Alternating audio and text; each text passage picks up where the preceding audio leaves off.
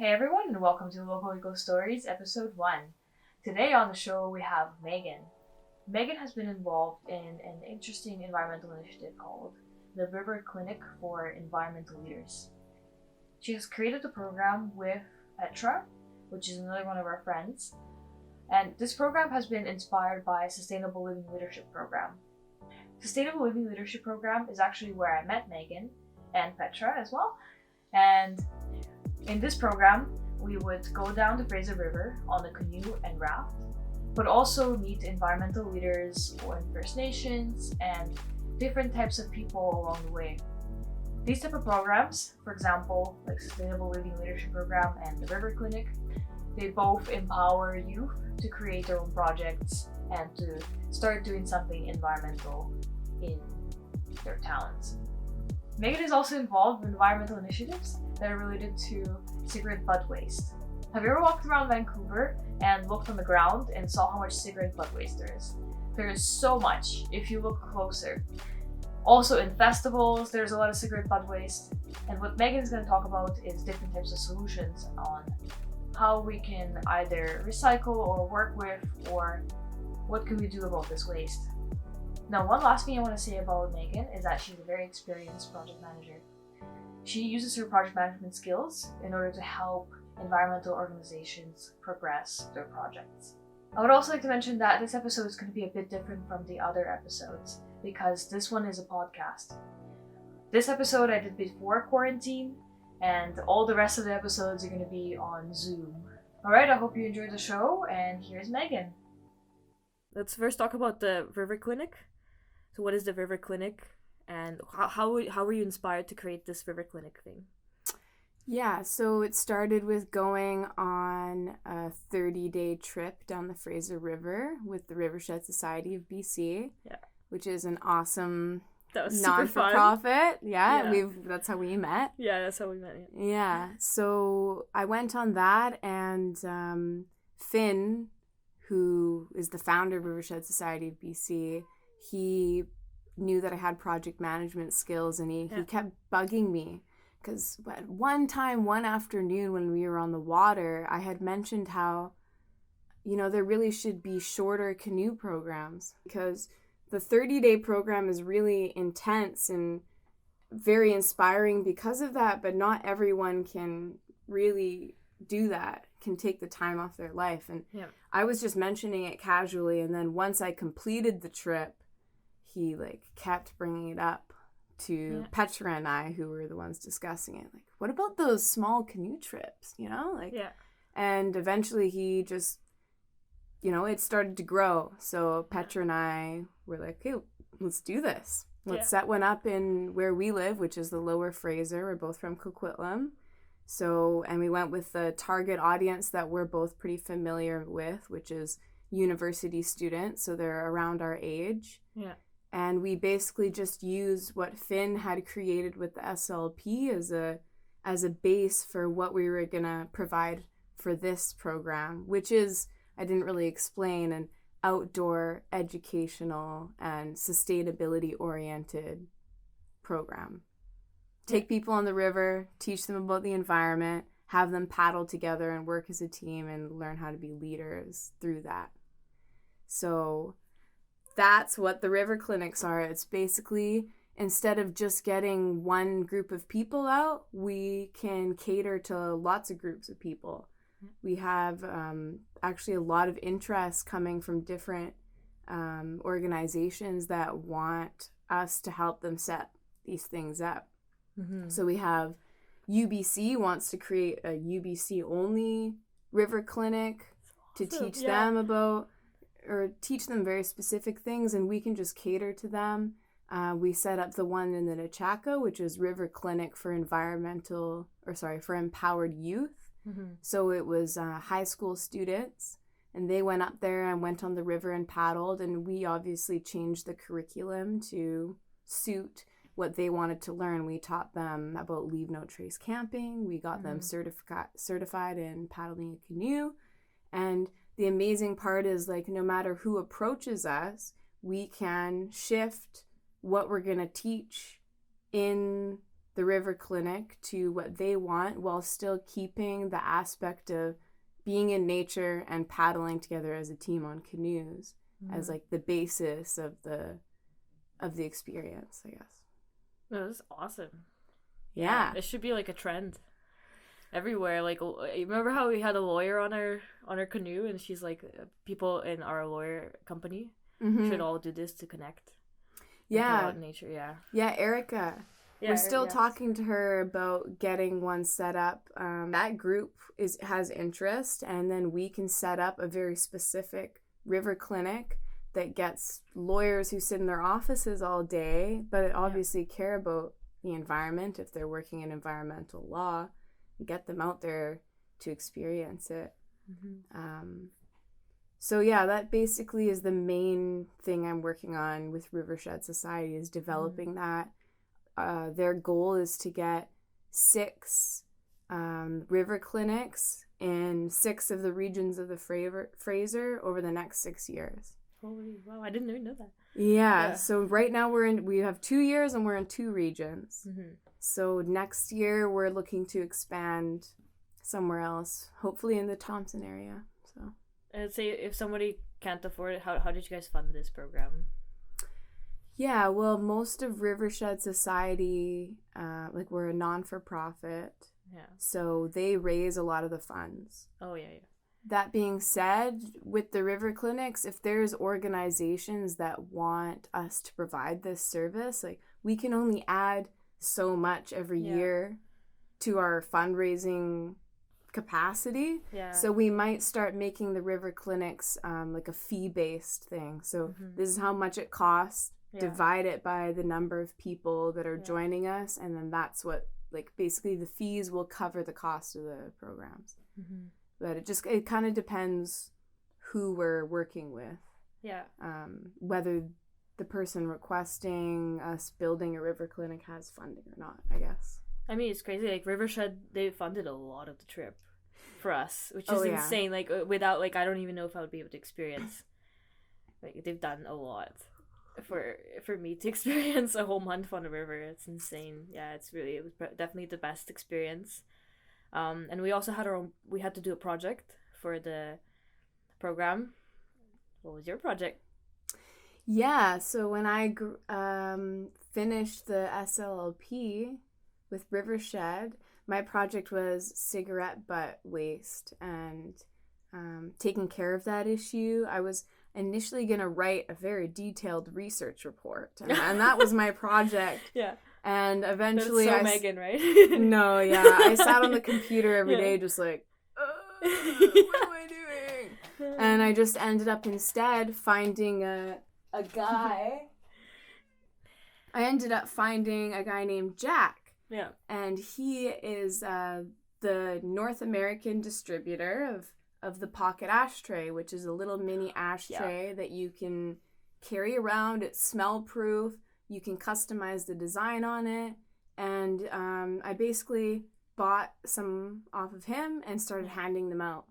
And I just started researching and talking to people about cigarette butts. And that's when I found a lady named Andy, super special lady, and a good friend now. And she had this initiative called the Butt Touchers. I love that. Yeah. It's so cute. It's great. It's very name. catchy. Yeah. So she started the Butt Touchers, and that was after she went repeatedly to different festivals and parties and saw how much litter there was on the ground after and how much impact that had. So she really started to advocate for, like, partying responsibly and being respectful and picking up your trash. She would do dance floor cleanup, so dancing and picking up trash and all these sort of showy things. And this eventually led into her bringing those people that started doing this at the festivals into Vancouver, and they started doing it on the streets in East Van. What are the Butt Touchers? What do they do? They dress up in crazy, ravey, awesome costumes, and they come and they clean up the park and they dance to music, and they have contests about who can have the best squat when they reach for their butts on the street. Yeah. And yeah, they're like they're all about fun while doing these sorts of things. Like the environmental community can be very, how do you say it? I guess negative would be the simple word to use when it comes to a lot of the challenges we're facing. Yeah. So this group is really refreshing. Like they're just having fun. They're having a little dance party as they're picking up like one of the most toxic pieces of waste that we litter. Yeah. That humans litter. So yeah, they're awesome. Yeah. And I just kind of started hanging out with them. And then recently Andy decided to make things a bit more official, and she started her own non-for-profit called Refilter. And the goal of Refilter is to provide people accessible solutions to plastic waste. Specifically, we're more focused on cigarette butts, but I've been a part of the team in helping develop that, and it's been a bit slow going, as with starting any new organization is. But lots of cool people and projects coming out of that. So Refilter, how does it work? And how do we deal with the cigarette waste? Like, what's the specifics of how it's... Right. So our current solution is recycling the cigarette butts through a company called TerraCycle. Oh yeah, I've promoted something for them. Yeah, exactly. Yeah. So there's only one, I guess not a plant, but one facility in Canada that recycles them. So you end up shipping them all the way to Ontario from here, which isn't really ideal. Yeah, I had that problem too with the pens. Yeah. So you're paying for all this. Well, you're not paying, but there's lots of waste to get the waste from here to there to be recycled, and then you start thinking about how much good of an impact are you actually making. But it's like a prototype, right? If they've done it there once, maybe other people can copy in Vancouver, or maybe they'll just bring themselves to Vancouver. Yeah, well, I mean, so. one of Refilter's really long-term dreams would be to actually have a cellulose acetate reactor in Vancouver. Wait, what? So what does that mean? So the cigarette filters are made of cellulose acetate, which is a mixture of plastic and some plant fiber. Okay. So that is how TerraCycle recycles them. They use the cellulose acetate reactor, and then it remolds them, and they turn them into plastic pellets, and then they can sell those plastic pellets. Damn.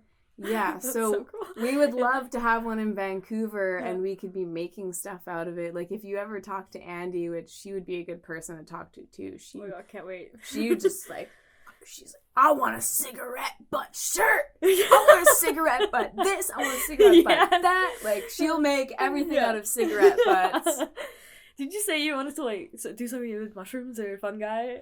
Yeah, so that's the next thing, which... we're still working on. It's an experiment at this point, but we're working with a local guy, Farhad, a local mycologist, I guess, not guy.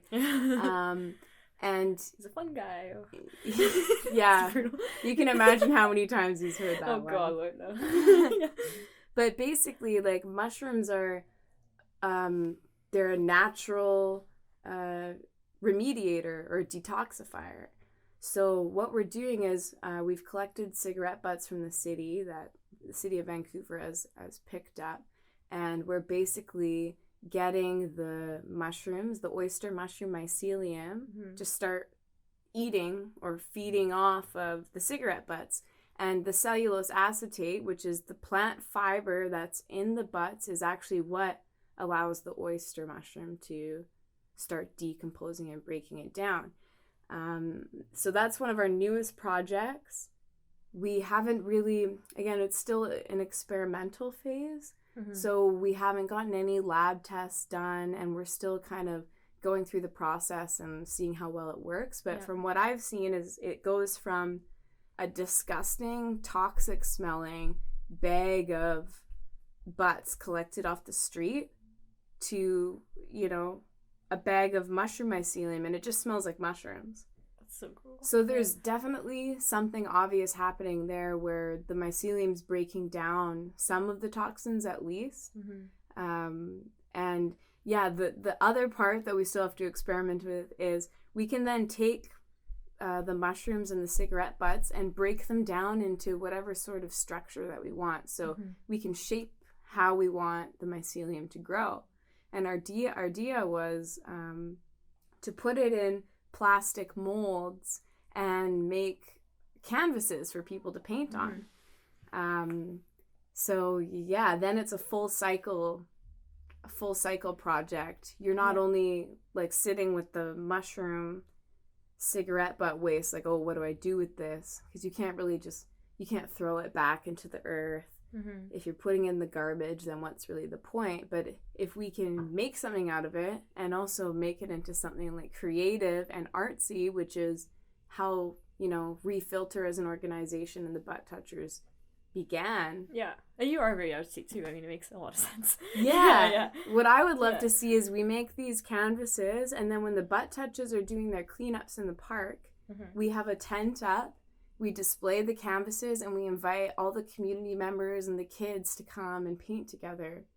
Oh yeah, you mean, is it like the thing John did where everybody paints the same photo? Exactly. Oh, I love that. Yeah. So we're bringing in again another Friends project which is called Articipation, where all the community members come and paint on one canvas together and share a creative space. But we can do that in conjunction with the Butt Touchers and Refilter and have it be on recycled like canvases, pretty much recycled cigarette butts as canvases. That would be pretty funny. That'd be insane. That'd be insane. But yeah, we're still there's still some things to work out in the process to make sure that the butts don't get moldy, because they're sterilized and they're in a controlled environment. But there's still lots of factors where contamination can get in. Pardon me. So, that's in the works. And those are sort of my main two things I'm doing right now. Yeah. Well, we have a question now. What's if somebody wanted to get involved with the Butt Touchers or anything to help you, how could they contact you? Yeah, they could contact me through Refilter, which is solutions@refilter.ca. And then I also have, my email, just meganrempel@hotmail.com. And there's lots of other initiatives that are not so prominent or large, but, doing river cleanups and... Oh, yeah, that's always good too, Yeah, all sorts of stuff. Well, they get to meet you, right? That's where you get to meet the people, man. Yeah, getting involved in like Rivershed's events, which doesn't necessarily mean you have to come on one of the trips. You can come to one of our community dinners. There's lots of ways to get involved in that. With Fraser Fest that they're doing, you can come bike, you can come hike, you can come canoe if you want for just one day and experience your local environment. And there's lots out there to do, lots of people to meet. Thank you very much. I'm not sure what else to say, unless you want to talk about project management. What is project management? Just completely we're off into project management world. I wanted to also advertise what a cool project manager you are, and that if you ever you're pretty damn good at starting projects and getting them done. Like, you don't leave them behind. So.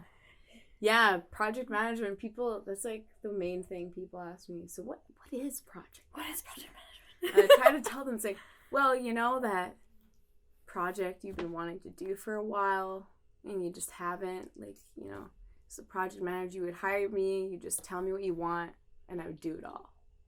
And then they're like, okay. They still don't really seem to know what that means. What's your strategy though? Like, do you... I don't know, task lists. Lots of lists. Yes. And I mean, lots Google more Calendar. stuff, but yeah, I don't need to go into detail, but I did just start. Huh? That's the fun part. Yeah. I did start a business, Green Pearl Services, I guess 2 years ago now, Yeah. a year and a bit ago.